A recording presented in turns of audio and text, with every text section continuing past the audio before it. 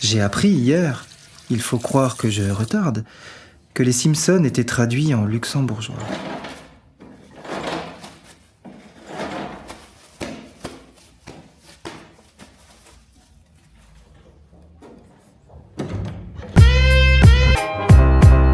Das ist Tapper. Du sang richtig fein Kaffeemaschine, weil gute Kaffee muss in den Pflanzen stehen. Ganz überlucht, überhaupt gedwemo ganz viel En relisant la bio de Anna Sofia Lopez, j'ai lu qu'elle avait jadis fait une voix pour les Simpsons, en luxembourgeois. C'est fou. Sofia est une bourrelle de travail. Au théâtre comme au cinéma, elle est partout, bientôt même sur Disney+. Moyen. Moyen. Anna Sofia Lopez. Exactement, bonjour. On dit bien Lopez, hein? Lopez. Mais normalement, on ne dit pas Anna Sofia quand même. Je m'appelle comme ça, mais personne ne m'appelle Anna Sofia. Les gens m'appellent Sofia. D'accord. Voilà, parce que Anna Sofia, ça me donne un peu des traumas d'enfance. Et c'est toi qui as choisi Sofia, donc? Oui, parce que bon, c'est plus facile que d'avoir deux noms, et puis c'est venu naturellement comme ça. Mais pourquoi le Sofia au lieu du Anna?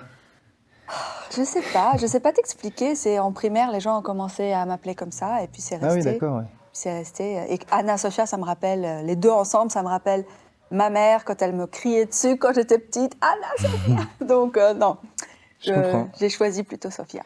Pourquoi tu voulais qu'on vienne ici? Parce qu'en fait, ça a tout ce que j'aime, le cinéma, où on peut voir des films, des grands classiques, et ça, c'est une de mes grandes passions. Et d'un autre côté, je trouve que ça a un côté vraiment old school, vintage. Tu aimes incarner des personnages du passé, enfin c'est quoi ton époque favorite du coup?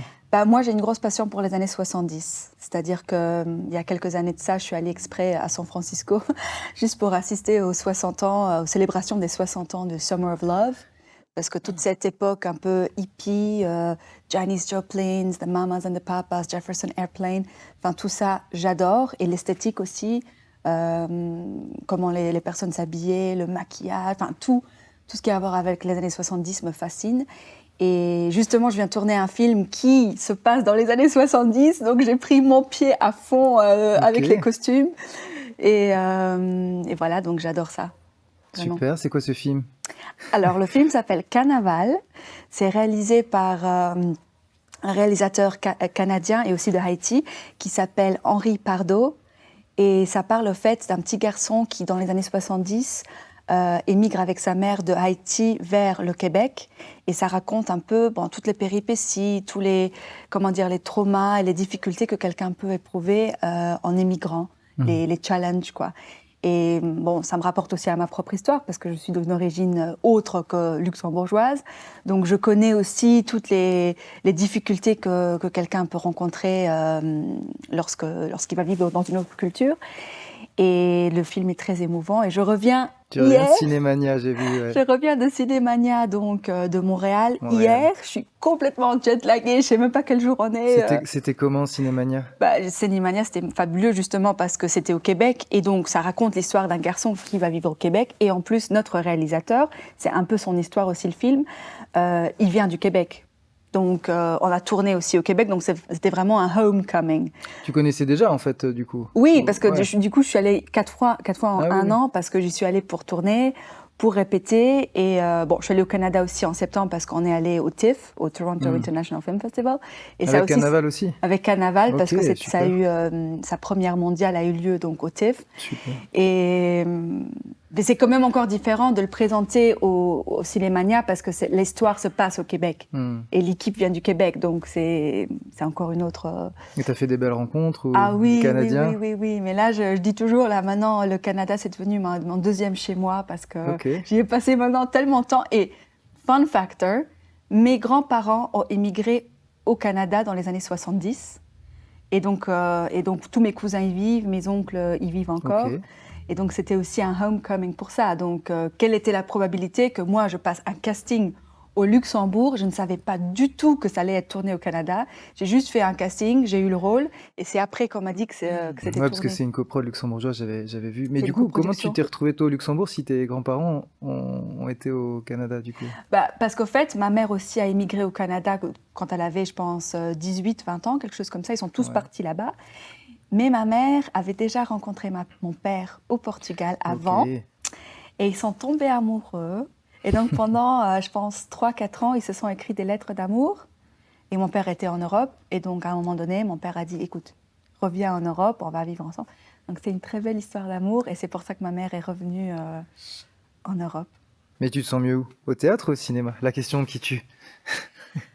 Mais je pense que de plus en plus, c'est au fait, moins quel médium, mais plus avec qui, au fait. Ouais, je comprends. C'est ça que je remarque.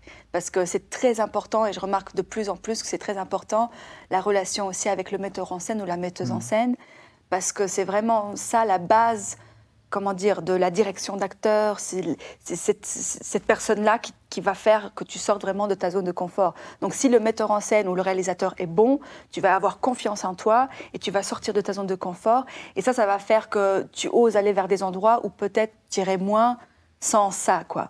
Donc c'est de plus en plus avec qui et moins où et dans quel médium. Je comprends. Mais bon, moi j'aime bien l'idée que quand on tourne, que ça reste, au fait.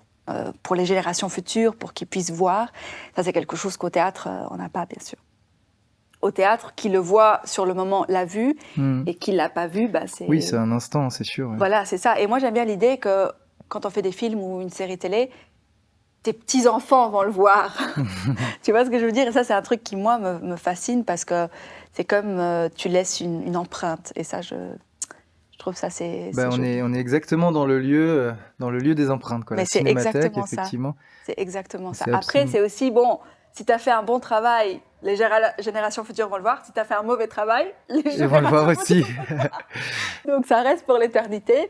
Mais voilà, et puis c'est aussi les histoires qu'on raconte, quoi. C'est bien sûr, évidemment. Enfin, je veux dire, qu'est-ce qu'on veut raconter? Parce que les choix que tu fais en tant que comédien, ça dit aussi beaucoup sur toi.